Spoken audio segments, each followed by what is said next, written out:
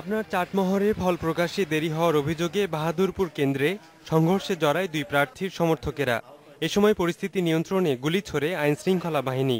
ত্রিমুখীয় সংঘর্ষে মারা যান ব্যবসায়ী ইমদাদুল হক, আহত হন বিজিবি সদস্য নুরুল ইসলাম। আমার স্বামী আবার ওই জায়গায় আইছে, এর ভিতরে গোলাগুলি করছে, আমার স্বামী উঠে যাবে লাগছে, আর ওই গুলিটা একে সরাসরি মাইরে আমার স্বামীর ইদিবাই করে দিয়েছে। আইন শৃঙ্খলা পরিস্থিতি নিয়ন্ত্রণে রাখতে গিয়ে সেখানকার নির্বাচনী ম্যাজিস্ট্রেট উপস্থিত ছিল, গুলির অর্ডার করেন। আইন শৃঙ্খলা বাহিনী ফাঁকা গুলি বর্ষণ করে এবং গুলি বর্ষণের ফলে একজন ইমদাদুল হোসেন নামে একজন গুলিবিদ্ধ হয় এবং হাসপাতালে আসার পরে সে মৃত্যুবরণ করে। নারায়ণগঞ্জের চারিতালুক কেন্দ্রে ভোট গণনা নিয়ে আইনশৃঙ্খলা বাহিনীর সঙ্গে সংঘর্ষ হয় মেম্বার প্রার্থীর সমর্থকদের। এ সময় আগুন দেওয়া হয় পুলিশের 3টি গাড়িতে।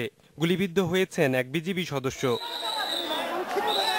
এর আগে শেরপুর, জামালপুর, নাটোর, লক্ষ্মীপুর ও গোপালগঞ্জে সংঘর্ষ ও ভাঙচুরের ঘটনা ঘটে। কয়েকটি কেন্দ্রে সাময়িকভাবে স্থগিত হয় ভোট গ্রহণ। সকালে দীর্ঘ লাইনে দাঁড়িয়ে ভোট দেন ভোটাররা। প্রায় সব কেন্দ্রেই পুরুষের চেয়ে নারী ভোটারের উপস্থিতি ছিল চোখে পড়ার মতো। রাকিব খান, ইন্ডিপেন্ডেন্ট নিউজ।